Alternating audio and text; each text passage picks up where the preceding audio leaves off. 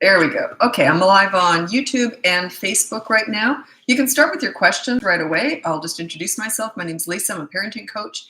If you go on the link above, you can get my free behavior board, my mini toddler courses, my big boot camp course, or you can look into coaching. You have to apply for coaching these days because I'm super busy. So anyway, welcome to the live. I'm here pretty much every day. This is one of my regularly scheduled lives. Tuesdays and Thursdays, I actually schedule them.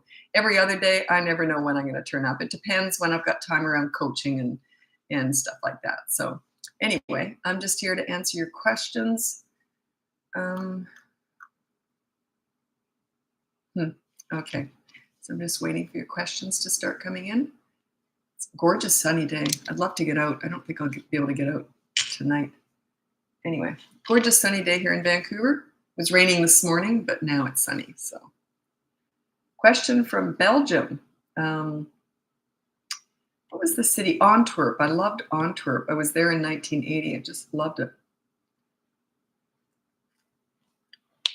Antwerp is a city in Belgium, by the way. That's 1980. Yeah, it's a long time ago. Okay, so just waiting for your questions here. I don't fill in the blanks as much. I don't try and fill in the blanks as much on these lives because my voice, I have to kind of preserve my voice because I do a lot of coaching and that too. So I'm just kind of relaxing right now. Okay, here we go. This is on YouTube. When son, 6 years old, hits at school, do you go immediate blackout or still first the positive consequence?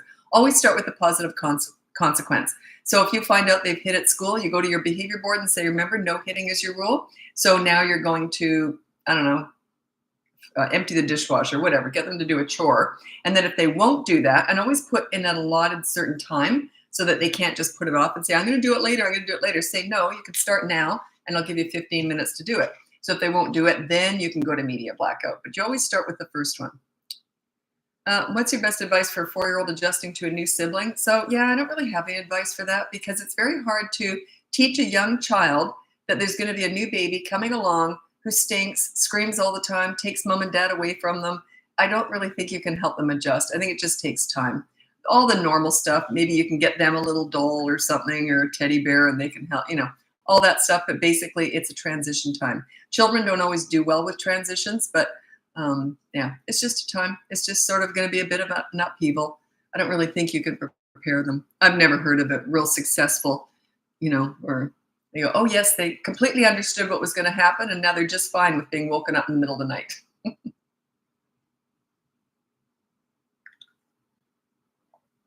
Okay.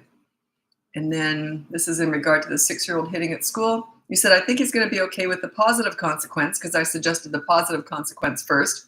And then you do the negative deprivation. So you do the positive action, something that they have to do. And then if they won't do that, then you do the negative deprivation. But this person said, but I really want to stop the behavior at school. Yeah, the problem is that you can't rush it. So it's not like you really want to stop a problem. So you're just going to go to the biggest consequence right away. It doesn't work that way. So I get what you're saying, but you're going in too hard, too fast. And yeah, you believe, just trust the process. Okay.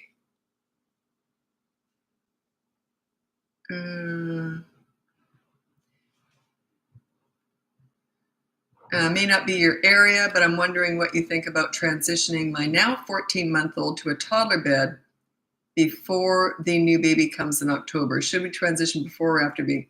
I don't know about that. It's different with each kid. Some of them transition really well, others don't. I waited until my kids flopped out of the crib.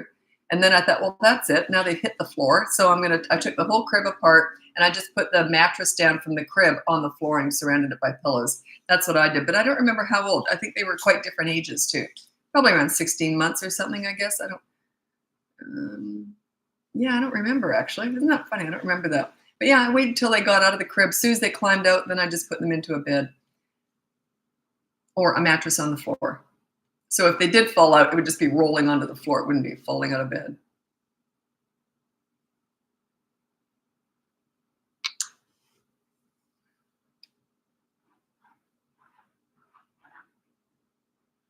Oh, okay. Same person on YouTube. I'm close to Brussels. Yeah, I've been there too. I love Antwerp. I don't know why. Antwerpen, I think it was called. Best chocolate. Oh my God. What is it about the chocolate and the pastries in Europe? Why are they so freaking good? I think it's because it's less sugar. I don't like sugar actually. So I think they weren't as sweet. They were just rich and creamy. And, but yeah, oh, so good.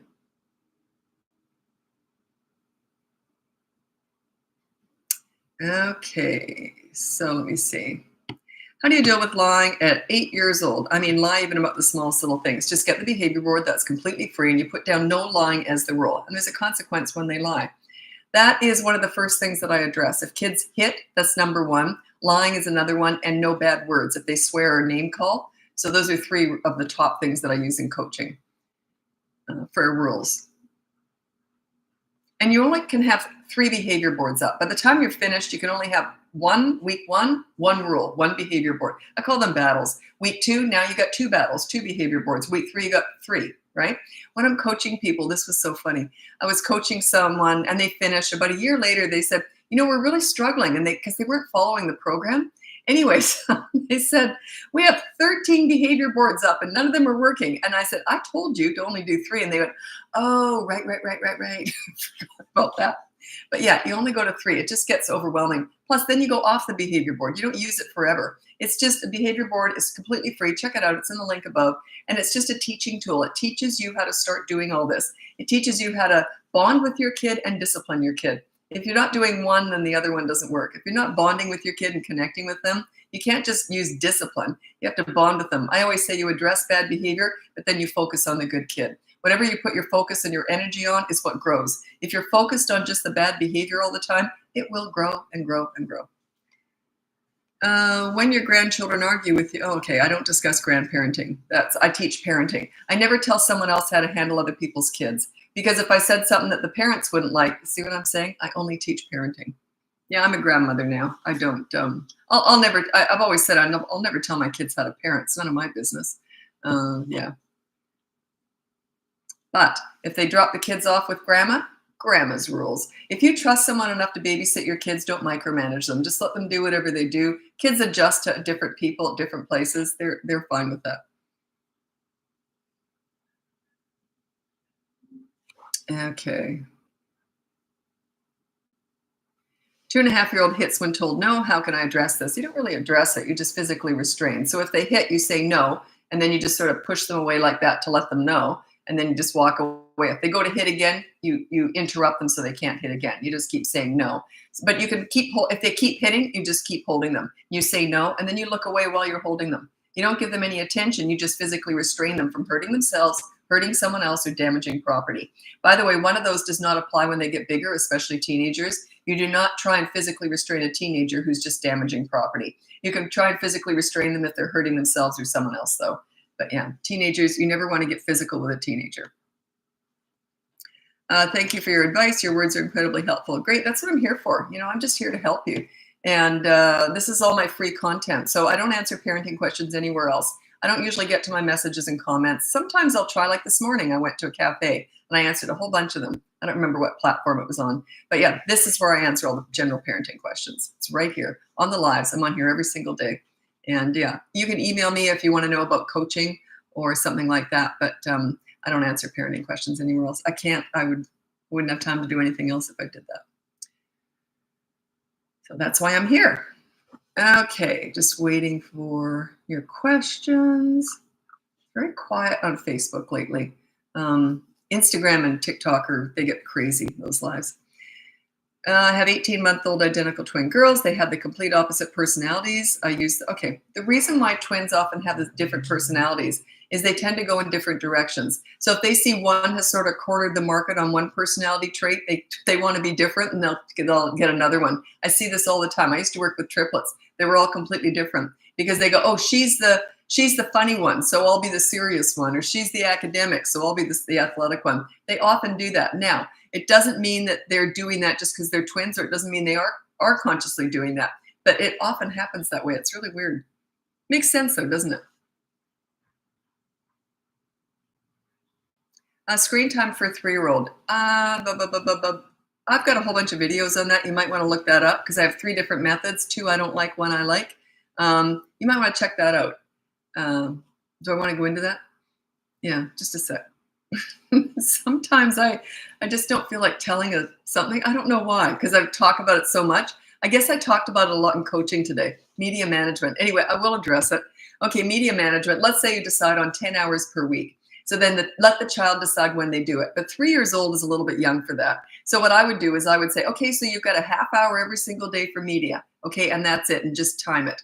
So you got to control it more. But when they get about 5 years old, then you want them to control when they watch it. But you give them like a certain amount of hours per week and then let them decide when they use it up. Here's the thing. They'll use it all up initially. If you're not a leader, they think that they can get around this. So they'll use it all up by Wednesday. So then they've got Thursday, Friday, Saturday, Sunday with no screen time at all. You got to follow through. You got to stay strong. I know it's going to be 4 days of hell, but that's okay because they've learned a lesson, right? Kids, I like to give them sort of rules, and here's the boundaries, and then you decide how you're going to act. You decide how you're going to do it. And then I'm there to pick up the pieces later. Okay. Do you have any courses on potty training? Yes, I have a potty party course. That is the very first course I ever did. Used to be a book about 15 years ago, and now I've turned it into a course. Check out the link above. All my courses and my coaching information is all up in the link. And the free behavior board's up there. Can you take drawer away from just one kid? Drawer. Can you take drawer? Why would you take a drawer away? I don't understand that. You might need something else. Was it a typo?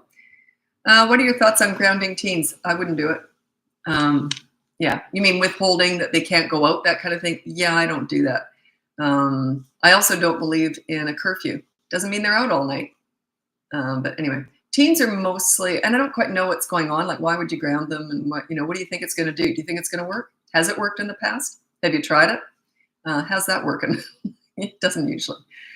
Anyway, teens are usually, dessert. Oh, I see. Okay, dessert instead of drawer. Okay, so what was I going to say about teens? I can't remember. Anyway, I'm going to go back to that dessert one. Can you take dessert away from just one kid? I don't like to use food as punishment, but sometimes I will. If that's all I've got, I'll do it. But I don't like to use food to reward or punish children. But if that's all you've got, they don't care about media or they don't have a favorite toy or anything, perhaps. But that would be a last resort. Can you explain what it looks like to be a good leader with a baby toddler? Well, with that age, your leadership doesn't really kick in until about 3. That's when they can stop and think before they act. So before that, it's all I always say with children: you meet their needs and you manage their wants. With babies, you meet their needs and you meet their wants. You're kind of catering to them. By the time they're about 16 months old, that's a toddler. So now you're meeting their needs and you're starting to manage their wants. But it's all done through consistent corrective actions. Also, you play in their world. I'm going to read out my top 5 tips for parenting toddlers. That will explain that. Okay, these are my top 5 tips for parenting toddlers. Number 1, child-proof your home so you never have to say no. Number 2, set up a toy rotation system so they're never bored. Number 3 is you enter their world to connect with them. That's what I'm kind of talking about here. You don't connect with a 2-year-old at the nail salon. You go to the park and you roll down the hill with them. They just start to look at you differently. It's sort of the start of your leadership. You're entering their world. They just connect with you on a different level. And number 4 is sort of similar. When you're disciplining a toddler, you do so in their world. You use consistent corrective actions. They're all about actions, not words. All these mini therapy sessions discussing all the big feelings and big emotions with a 2-year-old, it's garbage. I know it's trendy right now, but that was invented to make the mom feel good. It's just about the mom. It has nothing to do with the toddler. Anyway, they're about actions. Number 5 is stop trying to figure them out. Toddlers are not figure-outable. They're brand new, fresh human beings. They've got one marble and some tumbleweed floating around in there. Imagine if you've only been in the world for 2 years, and the first year you're a potato laying on a mattress. Yeah, don't try and figure them out. I always call them crazy, but they just haven't developed sanity yet.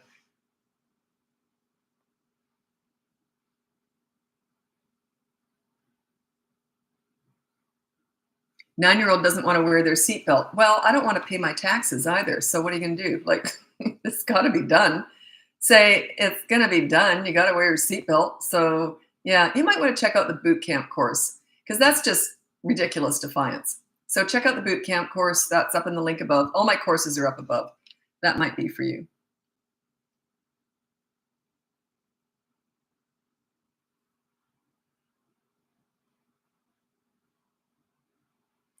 It's kind of funny. Oh no, never mind. I don't want to tell that story. They might be watching. It's not a client.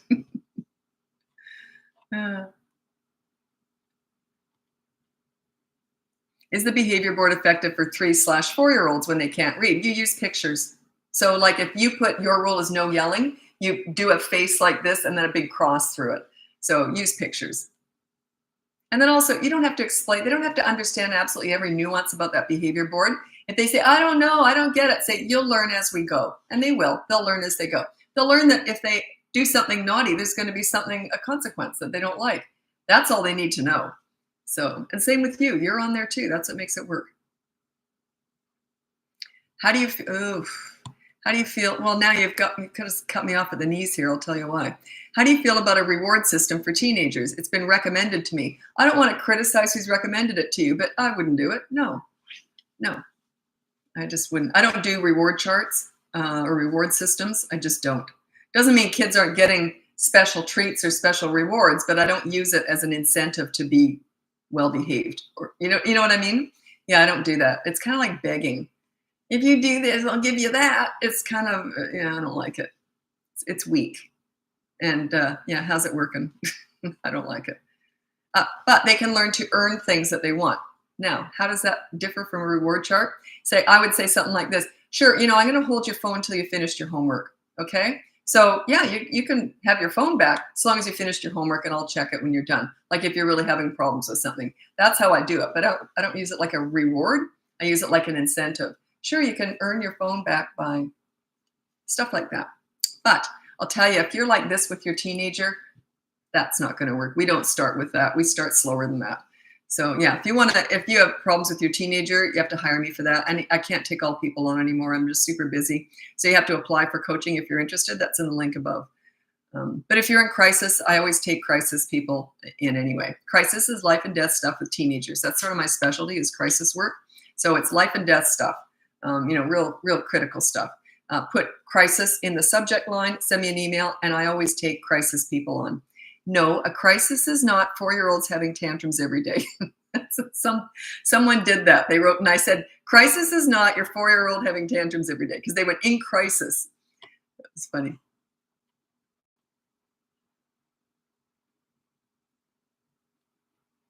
Okay, what about an 8-year-old? He can't take no for an answer. Well, that's your leadership skills. You got to work on that. Boy, people don't like it when I say this, but here it goes. Their behavior between the ages of 3 and 12 years old is a direct result of your parenting. 100% a direct result of your parenting. Of course, I'm exaggerating slightly, but I'm exaggerating to get my point across. Your leadership skills are at their height at that age. 3 to 12 years old. That's why my boot camp course is for 3 to 12 years old. They want to please you. It's a natural instinct to look for a mentor, a leader, a guiding light, someone to show you the way, someone you can talk through everything with. Okay, if you're not a leader for your children, you send them out in the world very, very vulnerable, very susceptible to peer pressure, bullying, the drug dealer on the corner, the internet, the Kardashians. They're going to go searching a leader somewhere. So you want that to be you. Anyway, check out the boot camp course. It's not about your kids. It's about you. It's the boot camp course for parents. It's a parenting course. I don't teach kidding, teenagering, toddlering. I teach parenting. There's nothing wrong with kids or teenagers or toddlers. They're just a reflection of your leadership or lack of. Okay? It's a blanket statement. It's not everything, but you have so much more power than you realize you do. Because when you're a really good leader, they're just looking up to you. They want to please you. And it's not that you don't want obedient little soldiers here. You want kids who look up like a mentor. Have you ever had like a teacher or a coach that you really liked that brought out the best in you, made you feel good about yourself? Would you ever be rude to that person? That's the way I look at it. That's the way I look at parenting. Do you have potty training for speech delayed toddler 3 years old? Yeah, the potty party course. That's for 2.5-year-old. Speech delay is not usually a mental delay. Do you know what I'm saying? Like speech delay to me just means they're just not talking yet or not talking well. But it doesn't necessarily mean that they can't comprehend. So they don't need to speak to be potty trained. I get a lot of clients who have speech delayed kids, and they seem to think that a lot of parents seem to think that it's a cognitive issue also. I've never seen it that way. I've never connected the two. Like what I mean is just a speech delay has nothing to do with their mental capacity. So if that's all they've been diagnosed with. Is saying no a bad thing with a toddler? Why? Why would that be a bad thing? No, yes. What's the difference? Like, Yeah, it's okay. The word no. The sooner they learn to accept the word no, the better. A lot of parents don't want to say no to their toddler. I know it's trendy right now not to. That's all that pleaser parent garbage. Geez, it's such a disaster. They're going to treat you like a dish rag. Wait till they're teenagers. Oh my God. Yeah, it's okay to say no. Like, imagine that, if they never learn how to say no, imagine if they're 16 years old and the bus driver says, the bus is full, no, you can't get on, and they have a tantrum. Like, there's going to be the word no out there in the world. Why on earth is that a negative thing? There are two very distinct parenting styles. The old-fashioned authority, not a bad way to parent, more the dictator style, my way or the highway, I know what's best. The kids of those parents will rebel in the teen years, come out fine at the other end, and appreciate what their parents did for them. Swing the pendulum the other way. About 30, 40 years ago, the pleaser parent style came in. That came in with participation awards. I remember the first time I heard that, I thought it was a joke. You mean you just turn up and you get an award? Is that the stupidest thing you ever heard of? Anyway, so then that's the pleaser parent style. The teenagers of the pleaser parent will never respect their parents. They're going to be really rebellious, and they're going to come out as self-entitled snowflakes with mental health issues. They're a disaster because they've never heard the word no. They've never had any boundaries. Their parents were always trying to make everything easy and perfect for them.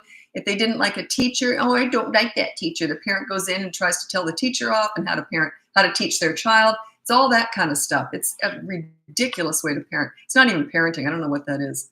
It's dish ragging. It's just a disaster. It is going out of style, thank God, because it wasn't working. It's been very good for my business because I get the results of that, right? But I'd rather have less clients and people not have to go through that. Hello from Oz, 12 and 14. That's where my kids were born and raised. 12 and 14-year-old, I love Instagram. Oh, okay. You're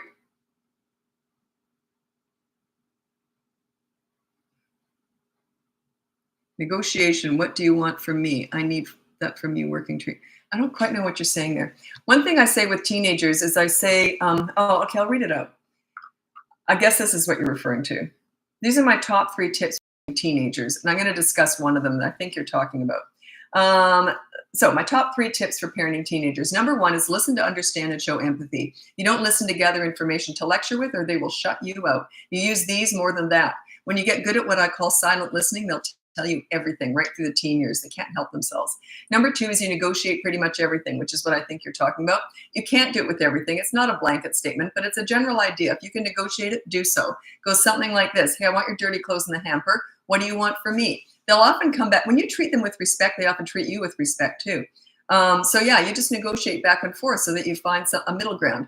And then number 3 is you don't sweat the small stuff. Save your energy for the big stuff with teenagers. If you're going to micromanage a teenager, good luck with that. They're not going to respond very well to that. So yeah, if they make a mistake and it's not a huge deal, I would have said, well, that was stupid. Do you want to hear what I did when I was your age? And laugh it off. It's okay to not be perfect. Just like you're not perfect, it's okay for them to not be perfect. Whoops, I got to scroll ahead because I got too many questions here. Plus, people come and go, so I don't want to answer a question if the person's already gone. Okay, I'm really lost for consequence ideas. When my 4-year-old hits her 5-year-old brother, her consequence is to tidy up his shoes. She does it again later, but can't do the same consequence as the shoes are already done from before.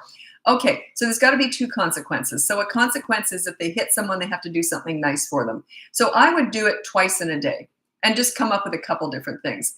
Now, if she does it again, she hits 3 times, I would say, I'll tell you what, remember the consequence is you have to do a chore and you've already hit twice, you've hit 3 times, we're going to go right to the negative deprivation consequence. That's the second one. Kids always have 2 consequences. A positive action, if they won't do that, or if they've already done it twice in one day, then you revert to the negative deprivation one, which is media blackout for 24 hours. Or I take your Lego for 24 hours. You take something that they love away for 24 hours. Never take anything like a cuddle toy or anything that they take to bed that's cuddling and comforting. Never take away love from a child, something like that, but you can take away a favorite toy. So yeah, you revert. If they hit 3 times in a day, I would say, I'll tell you what, this time we're going right to 24-hour media blackout.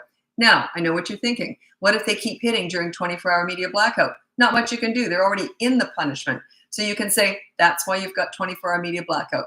They'll eventually learn. Yes, it's going to be hell when going through that. I get it. But it's short-term pain for long-term gain. Everyone wants the rainbow, but I always say you got to be willing to go through the storm first. You got to shake things up. When you're learning how to be a leader, kids are going to fight back because they remember the old you when you weren't a leader. So they're going to fight back big time. It usually gets worse before it gets better. That's okay. It's like anything. It's a transition time. What did someone write? I just like talking about when people come on here and they're really snotty, not in their lives really, but in comment. I don't know why I'm always pointing these days. Anyway, this person wrote down something like, oh, they were just so awful. It was the other day. It was a comment and it was, I love this stuff.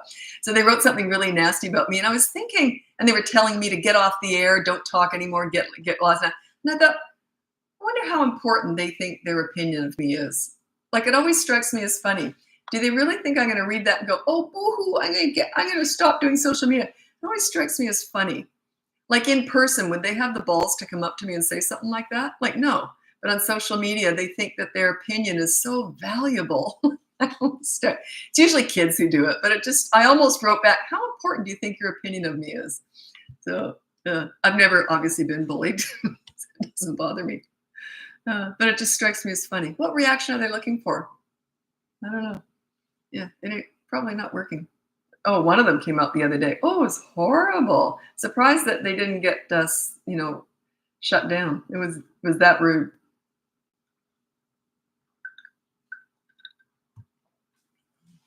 Yeah, if you've been following me for long enough, you know I love all that stuff because I'm shaking things up. When I first went on TikTok a couple of years ago, I got attacked, and it was really funny because I found out later on someone else was looking into it, and they said, we know who's doing this. They were trying to get me off TikTok because I blew up overnight, right? And I was a big threat. So anyway, what they were doing was they were doing duet videos, and they were taking one of my videos and then they were tearing it apart in one of their videos, and they were big, like their competitors, right? So they're big, and they have all this huge following. You know what they were doing? People were watching this and going over and following me. They grew my channel for me. God, I love karma. I just love it. But I never said anything for about 6 months. I never said a word about that. I just watched it and it was just hilarious. We were just cracking up at how dumb they were. They didn't realize what they were doing. The more they trashed me, the more their audience was going over to me. Anyway, so finally I started talking about it because I was it was almost getting ridiculous. I felt sorry for them. So I brought this up and it stopped like that. When I said, thanks for growing my audience, I really appreciate that. They stopped doing it like that. And I missed it. I shouldn't have said anything, should I? Anyway, yeah, I really believe in karma. What you put out, you get back. Maybe not right away. Okay. Okay. This one's kind of a big answer. What do I do when my 5-year-old won't try? When things get challenging, she won't even try. So in other words, if they're a perfectionist, perfectionism is built, or a sore loser. They're kind of the same thing, actually. It's built on insecurities. It means if I can't do it right, I don't want to do it at all. It's all based on, I got to be perfect, or nobody's perfect anyway.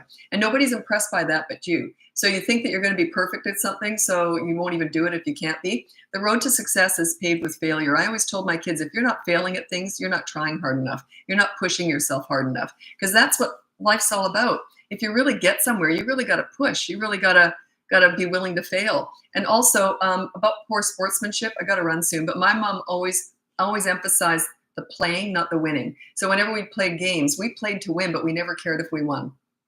Like, what I mean is we weren't poor sports. So emphasize the playing and the trying rather than the success at the end or the failure at the end. Say, yeah, that didn't work out, but good on you for trying. Like, well done. So yeah, you emphasize the journey, not the destination. Anyway, thanks so much for watching. I'm moving over to Instagram now. If you want to join me over there, it's Bratbusters Parenting. If not, you can go in the link above. You can get my free behavior board, my mini toddler courses, my big boot camp course, or you can hire me for coaching. But I'm only taking applications right now. You have to apply on email because I'm just really busy. I might send you to the boot camp course or something, depending on what's going on. Anyway, I got to go, and happy parenting. Bye now.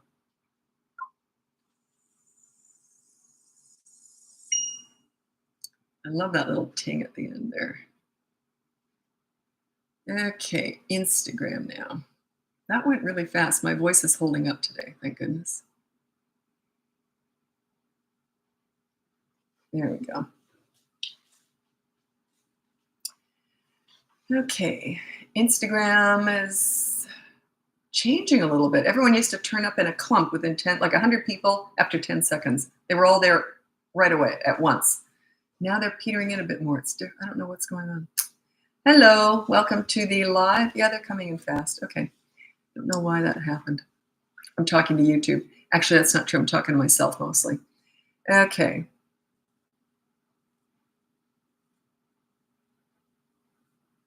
Okay, I'm going to correct someone on here. This is on YouTube. This mom said, she's asked a few questions. It might be a dad, sorry. The parents asked a few questions. I'm using the line, it's your decision when you're talking to your kids. A lot concerning his behavior. Okay, 6-year-old boy, I tell him, you know how to behave, just make a good choice. I wouldn't do that. You're telling him what to do. You're not, okay, you're telling him to make a good choice. I don't do that. I say, it's your choice. I don't tell them which one to make. He already knows which one to make. So yeah, I wouldn't go that extra little. It's subtle, but it's sort of, you're almost it's not begging, but yeah, I don't do that. I don't do that. Yeah. Okay. Here's the rule. You can follow it or not. It's your choice. What's the most common mistake of parents of toddlers make? They try to figure them out. They try to control them. You manage their environment. You don't control a toddler. I'm going to read out my top 5 tips for parenting toddlers. Yeah, it's you're trying to control them. Toddlers are not controllable. They can't control themselves. So how do you expect to control them? Okay, these are my top 5 tips for parenting toddlers. Number 1, childproof your home so you never have to say no. Number 2, set up a toy rotation system so they're never bored. Number 3 is when you want to connect with a toddler, you enter their world. You don't take them to the nail salon, you go to the park and roll down the hill with them. Number 3 is when you want to discipline a toddler, you discipline them in their world. They're all about actions, they're not about words. None of these stupid mini therapy sessions discussing all their big feelings and big emotions, that's garbage. That was invented to make the mom feel good. It's all about buttering the mom up. It has nothing to do with the toddler. And number 5 is stop trying to figure them out. They're not figure-outable. They're brand new, fresh human beings. They've only been in the world for a couple of years, and that first year they were a potato laying on a mattress. They haven't formed yet, okay? So yeah, they're trying. The most common mistakes that parents of toddlers make is trying to figure them out. Good luck with that. They might even go like this and smear poop on the wall. Try and figure that one out.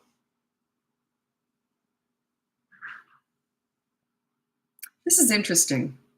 How do you handle a child who wants to quit a sport they are really good at? Just because, did I do that again? Did I put those glass? I did it yesterday too. There we go. How did I do that? Because the button to stop it is way over there, but my thumb's over there. So I did it over there. Oh, never mind. Okay, I'm going to read that again.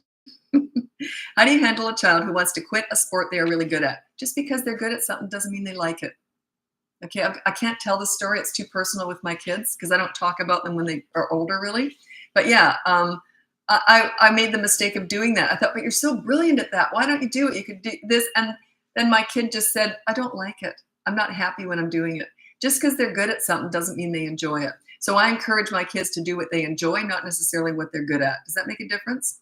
Do you get that? Like I was going to try and think of an example, something I'm really good at, but I don't like. I'm just not that good at a lot of things. So I couldn't come up with anything. But you know what I'm saying? Like, just because you're good at something doesn't mean you like it. 4-year-old daughter won't sleep in her bed. I have a whole course on that. It's called my Bedtime Battles course. It's in the link above, which you can also see my free behavior board, my mini toddler courses, my big boot camp course. By the way, the boot camp course also has a lot of stuff from the other courses in it, but only 3 years old and up. It doesn't have toddler stuff in it. The boot camp course is 3 to 12 years old. And then if you want to hire me for coaching, you have to apply via email for that.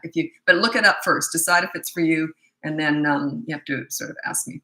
I don't always have time to take on new clients anymore. Okay, so what was the question? 4-year-old daughter won't sleep in her own bed. That's the Bedtime Battles course. There's 2 parts, how to get them in bed. That's the easy part. The hard part is how to keep them there. It's a battle. It's a night of hell, at least one night of hell. Sometimes it's just one night, though. Isn't it worth it?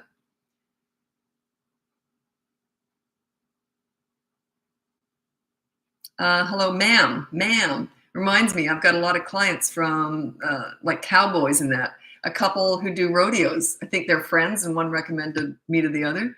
So, howdy, ma'am. They actually talk like that. I just love it. And I pick up that accent so fast. Okay, I've learned so much from you recently. Thank you for all you do. You're very welcome. I'm on here for free every day, about an hour and a half. Usually maybe an hour every other day, except these scheduled ones are an hour and a half, Tuesdays and Thursdays. But I just pop up any other day I can make it, and usually do an hour, so 20 minutes on each one, and then I'm on YouTube the whole time. This is where I answer all the free questions. I don't have time to do it anywhere else. That's why I do it here. And then someone got mad at me and they said, "But I can't get there. Where do you answer all my questions?" And I'm like, "What do you think? I'm your servant?" Struck me as funny. Yeah, I didn't answer that email. Okay. Bu- bu- bu- bu-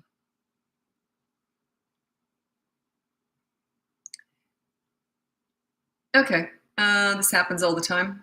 3-year-old meltdowns include throwing toys, slamming doors. Yeah, they just go nuts. Anyway, you've got to physically restrain them when they get physical. If they're having a fit, a meltdown, a scene, a tantrum, whatever, you physically restrain them if they're hurting themselves, hurting someone else, or damaging property. You don't do the last one when they get big and older, especially teenagers. In other words, if they're just damaging property, then you don't try and intervene. You don't physically restrain a teenager just because they're breaking down a door. You might have to lose a few doors with a teenager, by the way. Anyway, so yeah, you just physically restrain them. You just say no, and you hold them for a little while. Look away. You don't talk to them or look at them when they're doing it. You just hold them, restrain them, and then let them go. If they go again, hold them again. You say no. They'll get it. You're just gonna have to physically restrain them from doing any damage. What do I say for consistent corrective action? You don't. It's an action. So if they use a toy to hit someone, you just say no. No just lets them know that you're going to take action. You say no. You take the toy and put it away. Don't say anything. Remember, they are watching you. They're not listening to you. Whenever parents say, you discuss your big feelings and it's okay to feel like this, it's just so patronizing and ridiculous. Those mini therapy sessions are garbage. I know they're trendy. They were just invented for the mom. Has nothing to do with the toddler. They're all about actions. They are not listening to you. They're looking at you. They're watching you. Okay? So it's all actions with toddlers. You discipline them in their world by actions.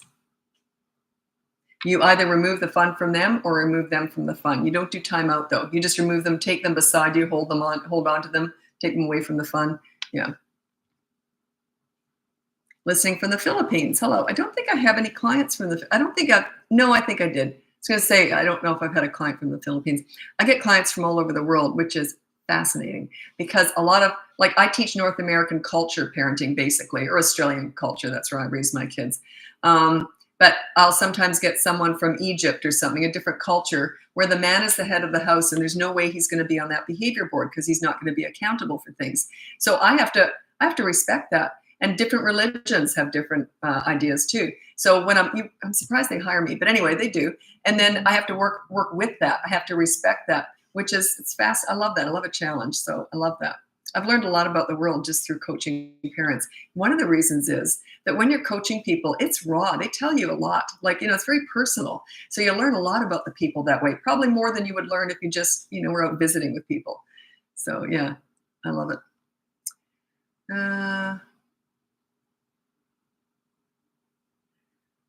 Sorry, I've got to scroll ahead because people come and go and I don't want to answer questions if you're not there. How can we teach a 5-year-old sharing? By that age, they can learn empathy. You need empathy to really be able to share. It happens at 3 years and 9 months old is when they actually develop empathy. It means they all of a sudden realize, I'm not the only one in the world. Doesn't mean they're going to have empathy, but they have the ability to learn to have it. So sharing is just something like, okay, so he can have that for 2 minutes and then you can have it for 2 minutes. Set a timer. You got to teach them how to share. A lot of people say, learn how to share. I'll give you a good example without showing them how to do it. Give you a good example of how to teach kids how to share. This would be like maybe there's, 2 4-year-olds. You go to the park and there's 1 swing and 2 kids. You say, I'll tell you what, we're going to flip a coin to see who goes first. The first turn gets 1 minute. Every turn after that gets 2 minutes. Okay, here's the coin. Now all of a sudden they're hoping they don't go first. So because they get a shorter term. What happens is you're timing it. Okay, 2 minutes is up. Now you get on there. Now 2 minutes. They get bored with it and they go and do something else. So you just have to set up a system. The kids love systems. School is all run by systems. That's why it works so well. They don't say, we're going to have lunch in about 20 or 30 minutes. They say, the bell goes and now it's lunch. Kids really understand that. They work very well like that. We all do, though. Don't we have a start and a stop time for work? Everything kind of goes like that. How many behaviors per person on the board? So rules. There's one rule per person on the board, but kids have two consequences. There's a positive action. So if you break a rule, you have to do something, an action, like do a chore to make up for it.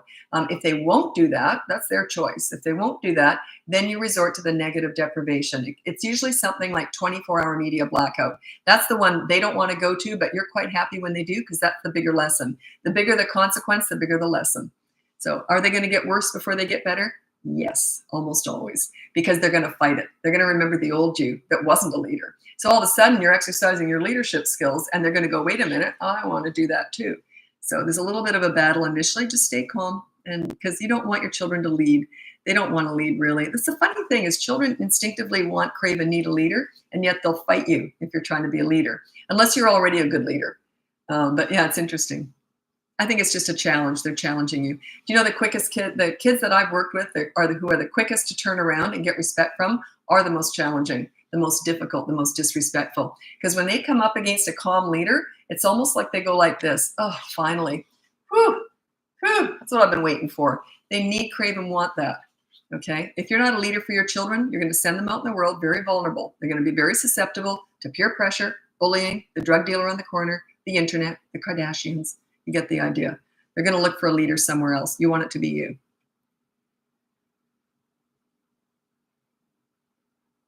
I've learned so much watching you, learning to be a leader. Excellent. That's what I'm here for.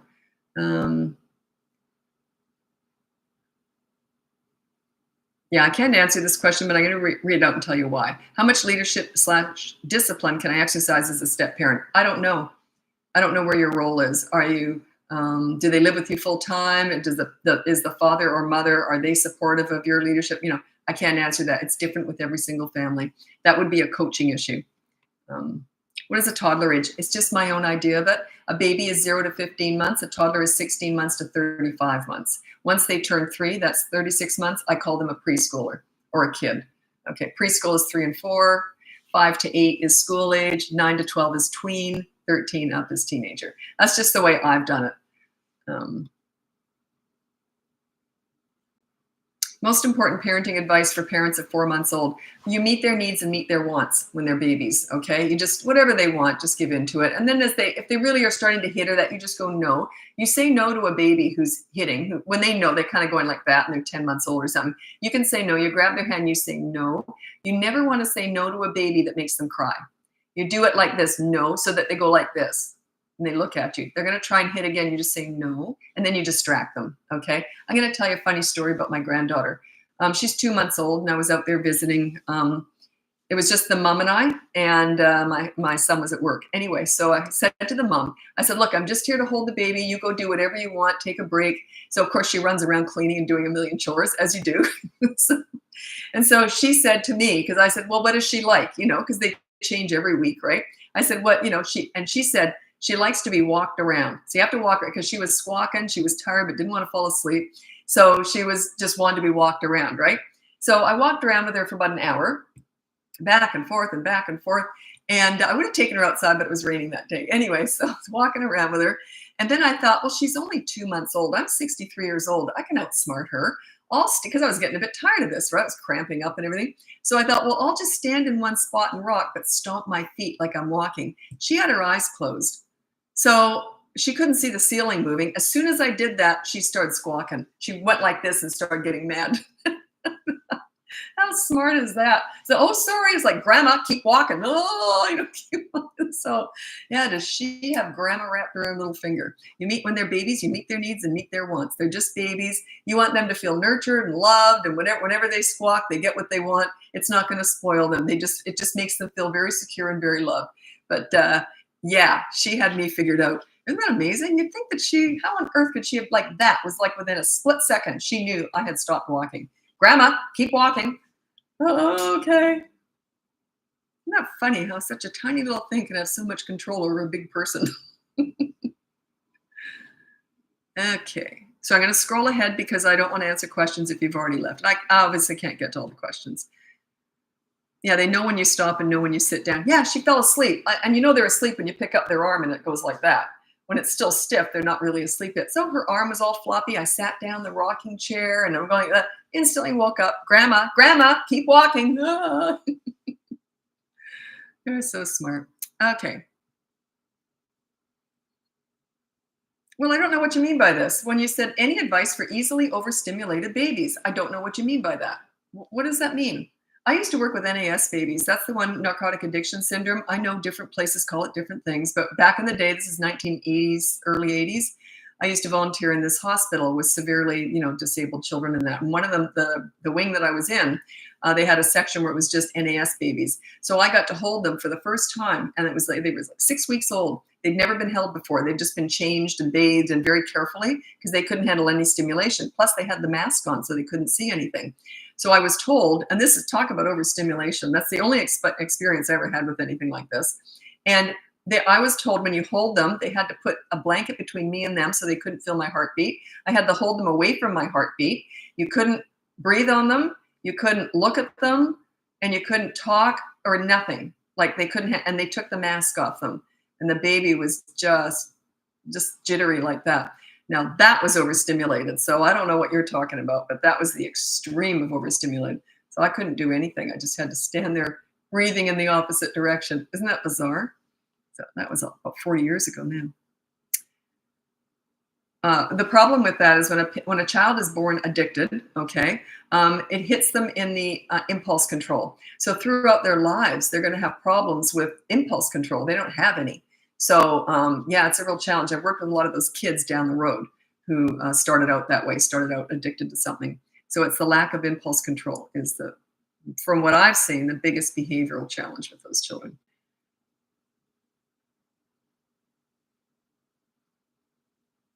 What if you're in the car and you can't meet the needs of a baby? Well, then you meet the needs when you can. If you're in the car and you're going down the freeway, you don't pull over and get them out, or you don't barrel down the freeway and take them out. And you meet them when you can. So yeah. And by the way, when I'm rocking that baby, that grandchild, I'm there to spend time with that grandchild. I'm sure the mother has to put her down at some times and go to the bathroom. And, you know what I'm saying? Like you meet their needs when you can. But yeah, it's not a time. There's no disciplining a 2-month-old baby. You don't do that. Is it normal that my 18-month-old isn't speaking? I can't attest to that because I'm not a doctor or a speech pathologist or a pediatrician. But I will tell you, I knew someone years ago who never walked or talked till she was 3 years old. Then she got up, never shut up, and ran. So she just wasn't ready. Very laid back personality as an adult too. So yeah, it can happen, but I don't know with your child. If you're really concerned, take them to a pediatrician or someone, but yeah, it's not unheard of at all.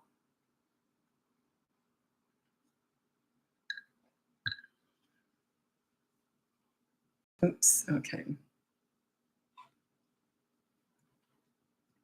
Need help with a 3-year-old screaming at parents. Check out my boot camp course. It's all about you and your leadership. Remember, we're never fixing kids here. We're teaching parents.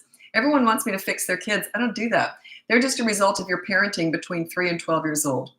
So yeah, you got to work on yourself, work on your leadership skills. Now I've worked with hundreds of kids and I've managed to get respect with them all. Was it them or was it me? So it's leadership. You lead, they will follow. It's a natural instinct for a child to want to follow a leader. A leader makes them feel good about themselves. A leader makes them like themselves. They bring out the best in them. So it's not about being strict at all. It's about having boundaries, but being fun, mixing it with fun.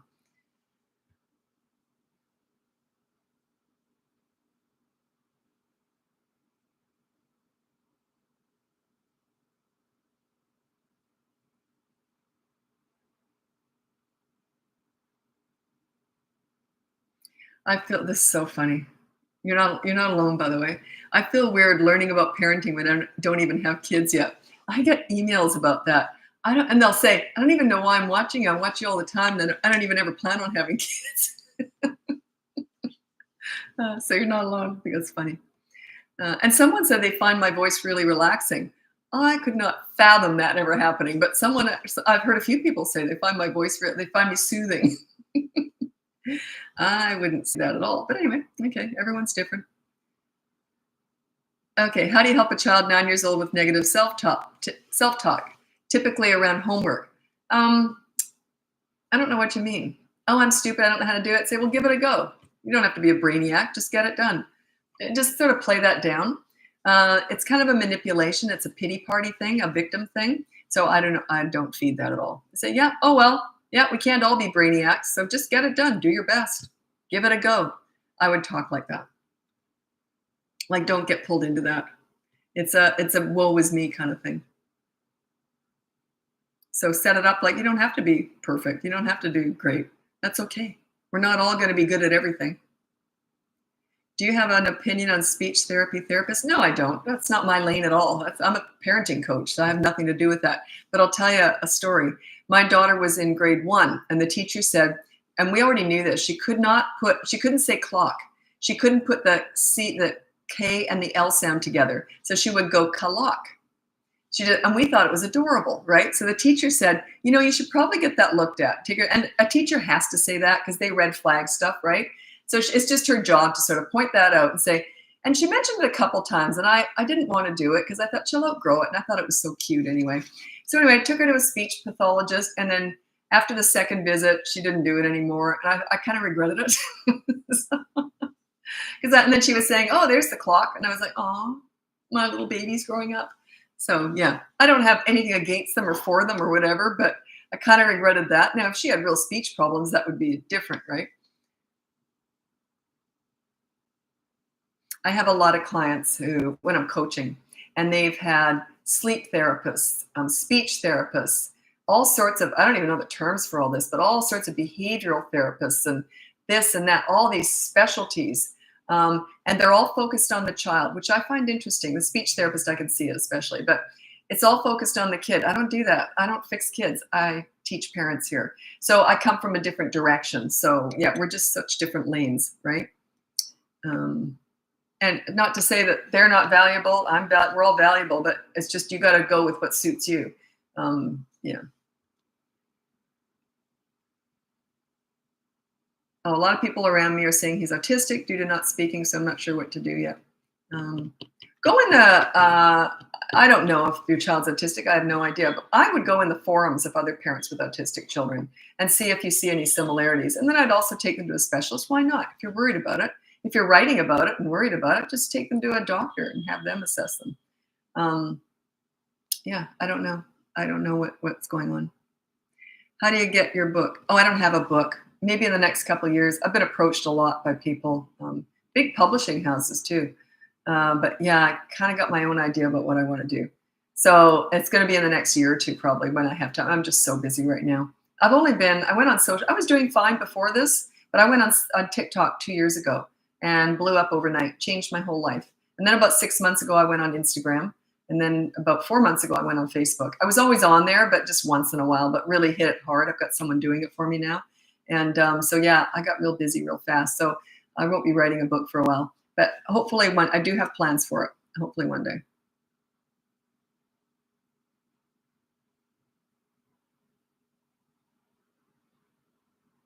Okay, behavior board. I sent to my email, never received it. Yeah, you should have received it by now. It takes 10 to 20 minutes to arrive.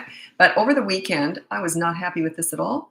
The platform where I have my courses, they glitched and they shut down my emails for 12 hours over the weekend. That affected a lot of people for 12 whole hours. They shut down my emails. So they were very apologetic. It was just a glitch. They thought that there was some spammy activity. I don't do any of that. It had not happened. Anyway, I was not happy about that. So they apologized. But where's the amends? I always say apologies has there's four components to an apology. Say you're sorry, take full responsibility, then make amends. What did they give me? Any discount on anything? That's my business, right? Nothing, no amends. And then don't keep doing it again. They do it again, I'm gone. There's lots of other platforms I could have my courses. I was so not happy. 12 whole hours they shut down my emails. But you should have got it afterwards, they said. And people evidently have. So even though I was shut down for 12 hours, it was retroactive. Like you should have got it after they put my account back up and running. So that you might have got caught up in that over the weekend. I don't have a temper really, but it's my business. They messed up there for 12 whole hours. I pay them good money. So yeah. Like if I mess up with a client and if I'm ever late, I think maybe once a year, I'll forget an appointment. For some reason, I forget about it. And I give them another appointment for free. So if I miss an appointment, they get 2 of them. You got to make amends. If you do something wrong, you mess up, you make amends, right? So most people are thrilled. I know once one of my clients said, oh, darn, you turned up. I was hoping to get an extra session. I don't do it very often, so don't expect it very often. When to move to a new behavior board? Once a week. Every week you have a new one. The timing is just about right. In the boot camp course, that's the 3 to 12-year-old course, it's 5 weeks. So you got 3 behavior boards, and then I never used a behavior board. I would never use one. It's a teaching tool, okay? It's teaching you this leadership stuff. Once you've learned it, you don't need it anymore. You can still keep the behavior boards, but then in week 4 on the boot camp course and in coaching, we go into in-the-moment discipline. You address everything right in the moment. You don't go to a board. You don't have to, it's just sort of, you do everything right in the moment, which is what I always did. So yeah, it's once a week. And also I just want to reiterate this. I just want to drive this point home. Everyone asks me about discipline, but that's a tiny part of parenting. Most of it is bonding and connecting with your children. Parenting was the most fun I ever had. We were like best friends. We laughed all the time. It was a blast. I loved it. So it's about connecting with your kids and having fun with them. The discipline's a tiny part of it. But everyone asks me about discipline. But in coaching, our focus is on the bonding. Because I control coaching. You control the lives. I control coaching. So that's why it's so different. There's a real flip. Well, my son is 28 and I'm watching religiously. 28 years old or 28 months old? 5-year-old covers his ears and or talks on top of me when I'm explaining what he did wrong. Why are you explaining what he did wrong and why? Why are you doing that? The mini therapy sessions, don't do that. He's trying not to hear it. Just say, if he did something wrong, let's say he threw something, I would say no throwing. And then I would say, okay, now you're going to be doing the dishes. Do you understand? He may not hear any of it, but if he didn't, I would say, okay, the dishes weren't done. So now media blackout for 24 hours. He would hear that. Yeah. Why are you explaining and why? Don't do that. You did that wrong and why you didn't, yeah, that's the mini therapy sessions. Don't even go there. It's a disaster. You start the behavior board at the age of 3. That's free in the link above. What time is it? Okay, I'm going to get going in a couple minutes because I'm on YouTube the whole time, but I go from Facebook to Instagram to TikTok. I'm going to be going over to TikTok soon. One night, I went from Facebook to Instagram to Instagram. I messed up. So people were saying, you're still on Instagram. Oh, God, I was 10 minutes late for TikTok. I hate being late. I hate being kept waiting, and I hate being late.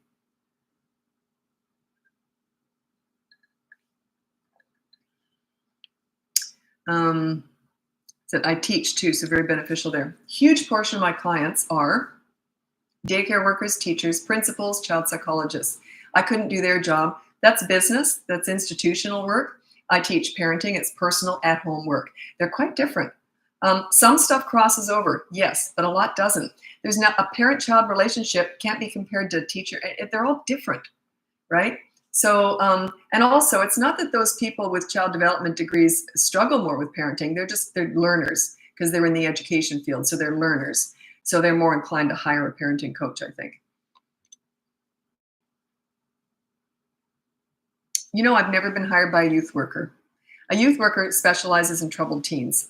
That's what I used to do too. I wasn't a youth worker, but I used to mentor troubled teens. If you can get respect with a delinquent, troubled teenager, you don't need my help. That's the PhD and all this stuff. So I've never been hired by a youth worker. Well, they haven't owned up to it anyway. But why would I? It doesn't make any sense. If they can get respect from a troubled teenager, they don't need my help. But yeah, isn't that interesting? I've been hired by child psychologists, principals, teachers, but not a youth worker. Makes sense though.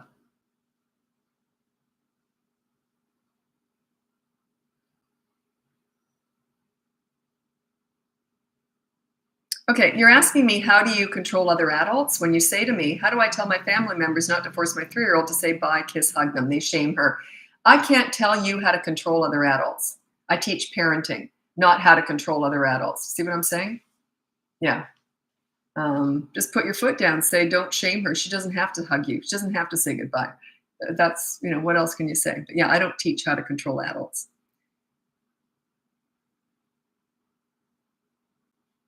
Remember years ago, this is just a technique that I use. I found this out years and years ago. I used to know someone who was very bossy, and they were always saying, why would you do that? And I was answering stupidly.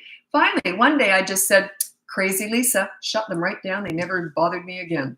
So if you've ever got someone who's just at you, why do you do that? Why just say, crazy me. What can they say to that? Anyway, I got to get going. I'm moving over to TikTok now. If you want to join me over there, it's Bratbusters Parenting. If not, check out the link above. You can get my free behavior board, my mini toddler courses, my boot camp course, or you can hire me for coaching. But you just have to check out coaching. I can't take everyone on these days because I'm super busy, but you have to email me and tell me why you want to work with me. Anyway, I got to get going. Thanks so much for joining me. Happy parenting.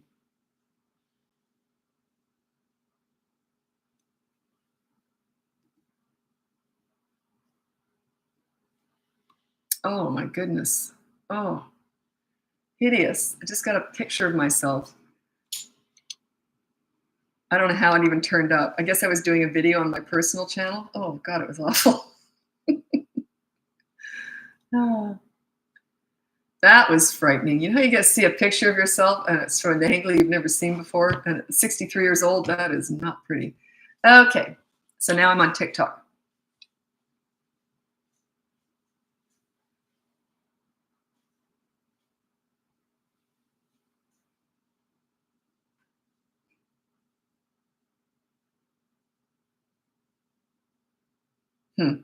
Okay, I'm going to read this from YouTube.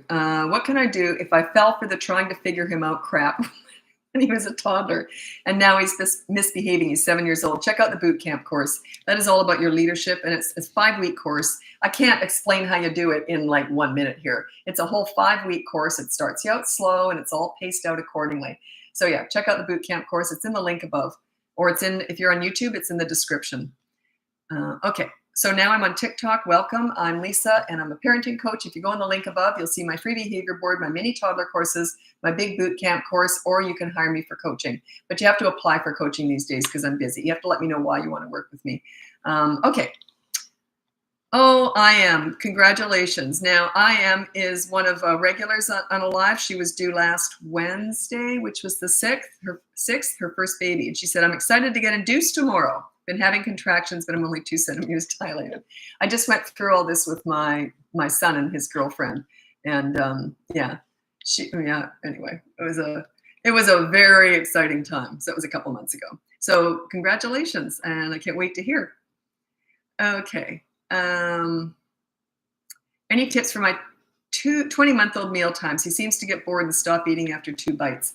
Are they getting too many snacks? Also, here's the thing, and I can't really talk about this because I'm not a doctor, I'm not a nutritionist, but a lot of parents think that toddlers need more than they need.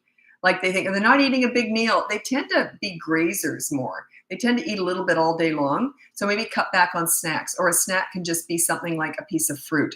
Potentially, but I'm not a doctor. If you're really worried, go to a doctor, But yeah, I remember that. I remember thinking my toddler's not eating a lot. Then they go through a growth spurt and they'd eat a lot and then they'd stop again. But I thought, why are they not eating very much? They don't tend to eat a lot, as much as we think they should. Wait till they're teenagers. You'll be thrilled when they stop eating. I remember I used to have a Costco cupboard. We had a rec room downstairs and I had an extra fridge down there full of stuff for my teenagers. And especially my son, he had friends over in that. And then I had a Costco cupboard full of stuff. And it was amazing how fast that goes. So yeah, teens are, yeah. My son actually wasn't a big eater, but he would go through a growth spurt. So you couldn't always plan a weekly grocery shopping trip because you never knew. Is he going to eat a lot this week or not? So it's inconsistent. When age do you start discipline? I would say about 10 months old, but here's how it goes. So a 10-month-old hits you in the face. You take their hand, you just say, no, and then you distract them. So that is discipline. You never want to say no and make them cry. You just go no, so that they look at you like this. They're probably going to laugh and hit you again because they're testing it out, right? So you just say no and then distract them. So it sort of starts around 10 months old. Then when they're 16-month-old, you cut out the distraction. You just say no and then walk away. So it's sort of around that age when the distractions are when it's almost like a reward. As they get older, you don't want to always distract them. So yeah, but when they're really little, you say no, and then you say, oh, look at this book over here. And then the behavior board, when they're toddlers, 16 months to 35 months, it's about consistent corrective actions, not words. And then when they're 3, you can start with the behavior board. That at 3, they have the ability to stop and think before they act. So they can stop themselves. Doesn't mean they're going to do it, but they have the ability to learn self-control. Okay, that starts at 3.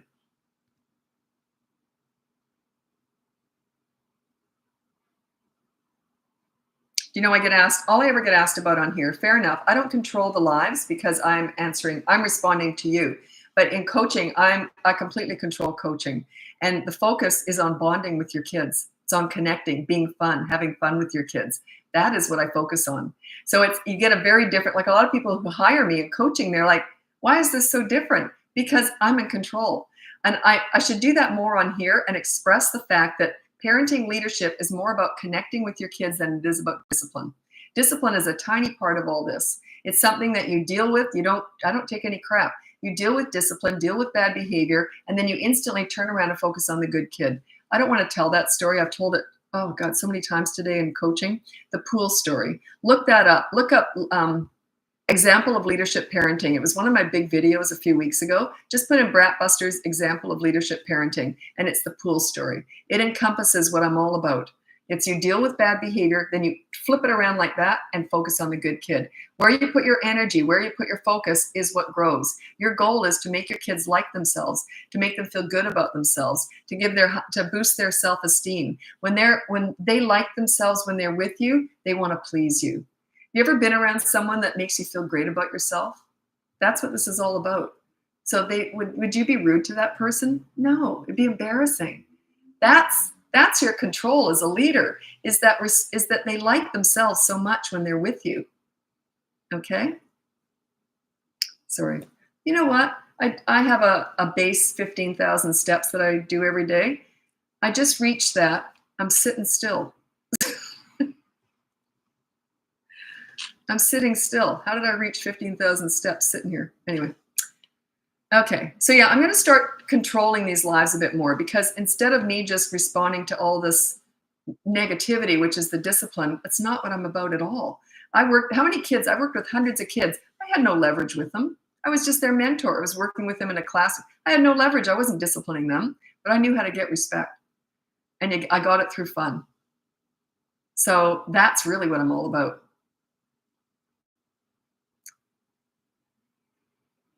Oh, you're asking me about red food dye and all that stuff. I'm not a nutritionist, and that's very political. I don't go there. So yeah, you have to talk. Yeah, I'm sure there's other forums that are happy to talk about that sort of stuff. I don't do that. I teach parent-child relationships. That's all I do.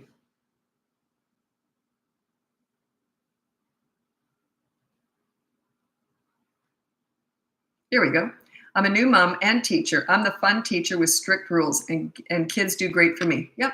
Mix fun with discipline. That's the golden recipe there. If you're not mixing fun with it, that's why when parents yell, their rule is no yelling on the behavior board if they yell.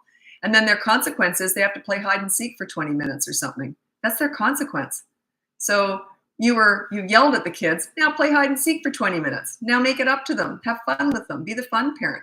I was the fun parent, for sure. I was goofy. I was fun, for sure. For sure. That was my strength. That was my power. My superpower with kids was fun. I was fun Lisa, fun mom. It works. They want to have fun. Their love language is fun. Not praise. Praise is so overrated. Praise does not get good behavior at all. I've never seen it done. You're wonderful. You're so smart. Okay, I'll be good now. Doesn't work. It's so overrated. I don't know whoever came up with that. Praise your children for good behavior. Ridiculous. I don't know who would have ever come up with that. I've just been reading that a few times. Someone must have written an article on that or something. By the way, I've never looked at what anyone else talks about or writes or anything. But I see it come up a lot. Parents ask me about it. What about praise? Do you praise to get good behavior? No, that's not their love language. You look at a child and let's say that you praise them. You're wonderful. You're smart. You can do anything you want. I'm so proud of you. Okay, I'm going to go do the dishes now. This is the kid. Whereas you say to that same kid, what are you playing with there? Can I join in? This is their face. See the difference? Praise versus fun, play. Parents tend to overpraise and underplay. Play is your superpower. Fun is your superpower.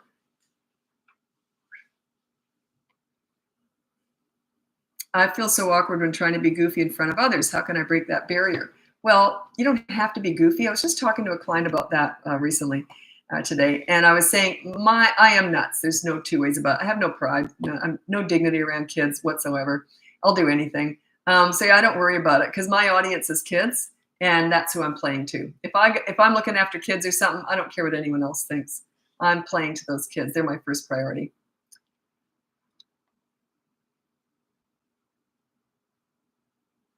So yeah, in other words, Yeah, don't worry about what other people think. Um, I remember once where was I? I don't know. I was with one of my kids and I was at a park and I was rolling down the hill with the kids. And this mother said to me, "Aren't you afraid of getting all dirty?" And I was thinking, I'm more afraid of not having fun with my kids. But the mother was, yeah, I didn't relate to that. I thought I'd rather be getting dirty, which, and I'm a fuss fart. But anyway, I was rolling down this hill. It was this, I don't know where we were. Anyway, and but I'd rather have fun with my kids. There's no shame in that. I'm proud of it. Okay, I find it hard to be fun as a single mom. Well, I was very much the leader. They had a dad dad, they always had a dad. He's a good dad. But I was a single mom right through the teen years and on my own with the kids. And yeah, I was very much the goofy one for sure. But it goes hand in hand with being a leader. So you don't have to be serious and a leader. You can be fun and goofy and a leader. So that was my power, is that I was fun. So I used humor. And yeah. The hardest part about being a single mom, by far, the most difficult thing for me was when my son, who was the older one, when I had to pick him up from a party late at night, and I had to wake up my daughter to take her with, because I was a single mom, I was on my own. So I had to wake her up in the middle of the night to go and pick up my son. I did that pretty much every weekend for years. I found that I didn't want my son to be deprived of going out just because I was a single mom, right? So anyway, I remember once I had to call on his dad because I was sick or something. And his dad, he's a good dad, but he said to me because I interfered his date or whatever. So I said, "Look, I'm sick," or my daughter was sick, or our daughter was sick or something. So I couldn't pick my son up. So I said, "Can you please go pick him up?" And he said, "Well, a little notice would have been good." And he didn't live with teenagers. He didn't know. And I said, "You think there's any notice with teenagers?" Like, welcome to, he'd never lived with them before, right? So that was he's a good dad, but it just struck me as funny. A little notice would have been good. It's teenagers. Oh, it's funny. He is don't get me wrong, he's a good dad, but if you haven't lived with teenagers, you don't get it. But I was a fun single mom, for sure. So you can mix both. Ba, ba, ba, ba. Oh, you're asking me about books that have been I've never read a book on kids or parenting. Why would I? I teach through experience. So why would I read what someone else is saying? Yeah, I've never read a book on kids or parenting. So, and if I had, I wouldn't comment on it because I don't critique other people's advice. I've been asked to go on panels on pretty big shows, and I don't do it. Well, I'm not going to defend what I do, and I'm not going to criticize what someone else does. Can you give an example of fun? I use a lot of humor. Play a lot of games. One thing I used to do with my kids when they were little, not my daughter, she didn't like it, but I was a horrible tease. And my son used to say, "Why am I still afraid to open up a cupboard door or like a pantry door?" Because I was usually standing in there like this, you know, waiting for him. So I used to scare the bejeebies out of him. And this is right through the teen years too. So yeah, he said I still to this day, I'm terrified of pantry doors. So yeah, just goofy stuff, just silly stuff. But then I was a horrible tease. And I remember I used to hide under his bed and grab his ankles when he went by. I never did that to my daughter because she didn't like it. But my son and I both liked that kind of stuff. So then when he was a teenager, he got real good at that stuff. So it was big payback time. Could I even complain? No, but it drove me insane. Oh God, grabbed my ankles and stuff. Oh, it drove me nuts. How could I possibly complain? I tortured him as a child doing stuff like that. So yeah, just goofy stuff. But that's my style. That's my personality. I wasn't putting it on. Like, that is who I am. I got a lot of kid in me. So you can't pretend to be something you're not. Everyone has different ways of being fun or being interesting. Lots of people, like I've had clients who they're really good at art. So their fun was doing art with their kids or music or so different things. So find something that you and your kid can both enjoy together.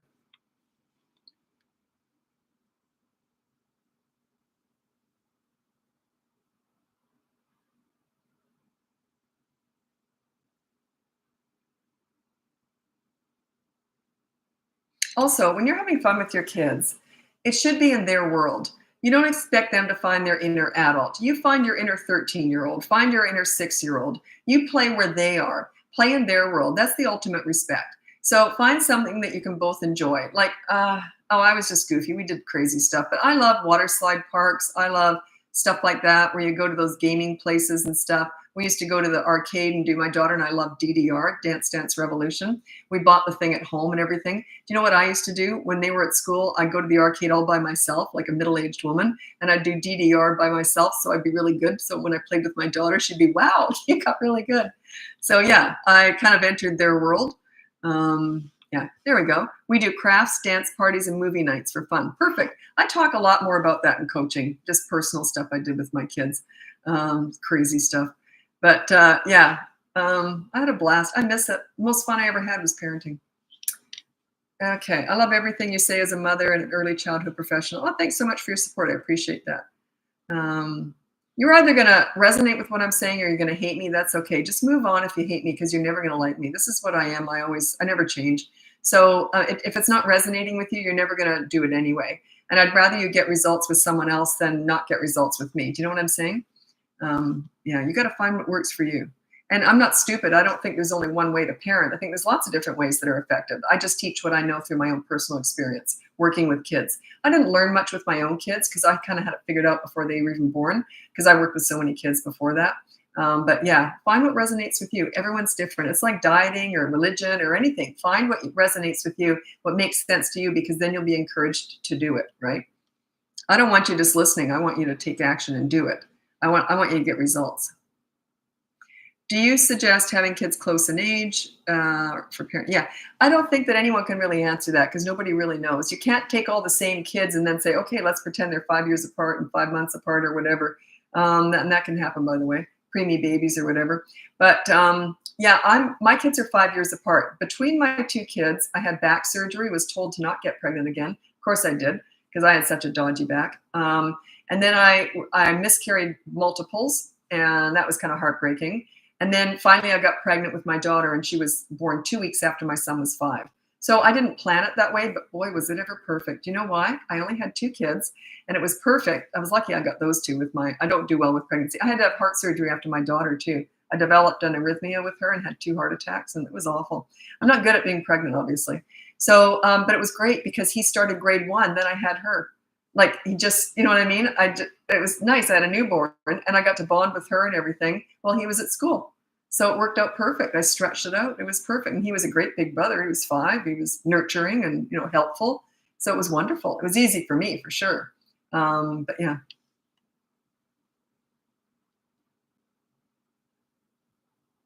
Were they close being 5 years apart? Not really, because they're very different personalities. My son is 34, my daughter's 29, and we don't live that close together. But yeah, I wouldn't say they were ever super close like buddies, but they have very different interests. So yeah, they just had different interests. If they'd had the same interests, they would have been close. They never fought or anything. They always got along. Oh, don't try and sell me stuff on here. I don't do that. I get approached constantly about stuff. Yeah. Because I got a decent following now, and so yeah, I get approached every day for stuff. But yeah, don't come in my live and try and sell me stuff. This is for parents. My 4-year-old stands at the park and doesn't want to leave. So say we're going to be leaving in 5 minutes. Give them a little bit of warning. If not, you're going to have to drag them home. You have to take action. They're 4 years old. Say we're going home now. I said we were going to go in 5 minutes. Now we're going. So you have to take action. And you don't repeat yourself. You just say, okay, we're going to be leaving in 5 minutes, and then say, okay, 5 minutes, let's go. And then you just have to make it happen. They have to learn that taking that stand does not get them what they want. Is it going to get ugly? Oh, yeah. Are you going to be publicly humiliated? Potentially. Yeah. Is it worth it? Yeah. Yeah. What was the favorite thing to do with your kids? I know exactly what it was. That's so embarrassing. I talk about it a lot in coaching. Let me think. Do I want to talk about it here? I don't know if I've ever talked about it on live. My absolute favorite thing that my kids and I did almost every night was called Make Mommy Laugh Nights. And we used to love Jim Carrey. It's so embarrassing. We used to love the Jim Carrey movies. And this is Jim Carrey was the, what were those movies? The Ace Ventura movies. So my son's a really good mimic. He's like Jim Carrey. He can mimic anybody. And but my daughter and I are hopeless at it. So what we do is we'd play a scene from the Ace Ventura movie, and we call them Make Mommy Laugh Nights. Usually we finish dinner, then we go, okay, make Mommy Laugh Nights. So then we just play a scene. It wasn't like we'd just maybe do it for half an hour or so. And so we'd play a scene, And then my daughter would mimic Jim Carrey. She was horrible at it, of course, and we'd be laughing and pointing at her and laughing, and she loved it. And then it was my turn. I would mimic her doing it. And then I would do it. I was horrible at both, and we'd all be laughing our guts out at how awful she was, how awful I was at doing her, at doing me, doing Jim Carrey. Then my son, the artist, would do her doing Jim Carrey, me doing her doing Jim Carrey. Then he would just do it perfectly. By the end of it, we used to call them Make Mummy Pee Nights because I'd laugh so hard I'd be running down the hall peeing my pants. So we turned it into Make Mummy Pee Nights. We just had a blast, just goofy, funny stuff. So yeah, that was my favorite thing to do with my kids. We did it a lot. Okay. One of the reasons I don't like talking about it is I get all teary. Like, I miss mothering. It was the most fun I ever had. You have these two little buddies with you all the time, and you're just laughing all the time. That's how it felt. And I remember some of the school moms used to tease me, and they said, all we ever see is you and your kids driving past in your little blue RAV4, and this is all we see. Because we were all laughing all the time. You know that cartoon where the top of the head would separate? And they said, that's what you look like. And they said, you and your kids are always having so much fun. And I thought, yeah, it's great. It was so much fun. But that pesky discipline, I got out of the way. I got that sorted out when they were little. And then I could just relax. So yeah, discipline is a tiny part of this. You want to be friends with your kids. You want to have fun with them. You want to be a safe place to land. They feel great about themselves when they're with you.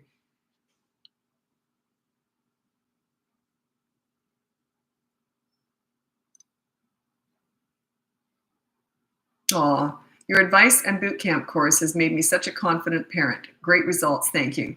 You're so welcome. I love hearing that. I put a lot into what I do, and that just makes my day because that's why I'm doing this. I need to make money. It's a business, but that's not why I do this because I did it for free for years.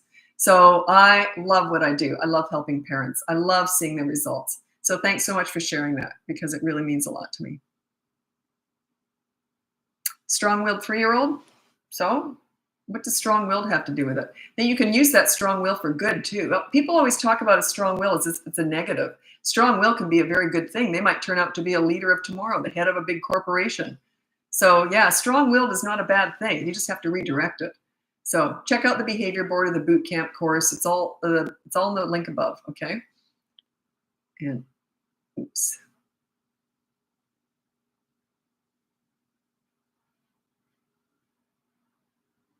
Okay, actually, I have to get going. I can feel my voice starting to go because I coach all day and then I come on here at night. Yeah, my voice is my throat's starting to really bother me. Anyway, I got to get going. Thanks so much for joining me. If you want to check out the link above, you can get my free behavior board, my mini toddler courses, my big boot camp course, 3 to 12 years old. It's all focused on you and your leadership, not your kids. Remember, we're not fixing kids here. We're teaching parents. You lead, they will follow. It's just a natural thing. And then the last one is coaching. Check that out. Look and see if it's for you. And then if you're interested, you have to send me an email. Tell me why you want to work with me because I don't have time to take everyone on these days. So thanks so much for joining me, and we'll talk again soon. Happy parenting. Bye now.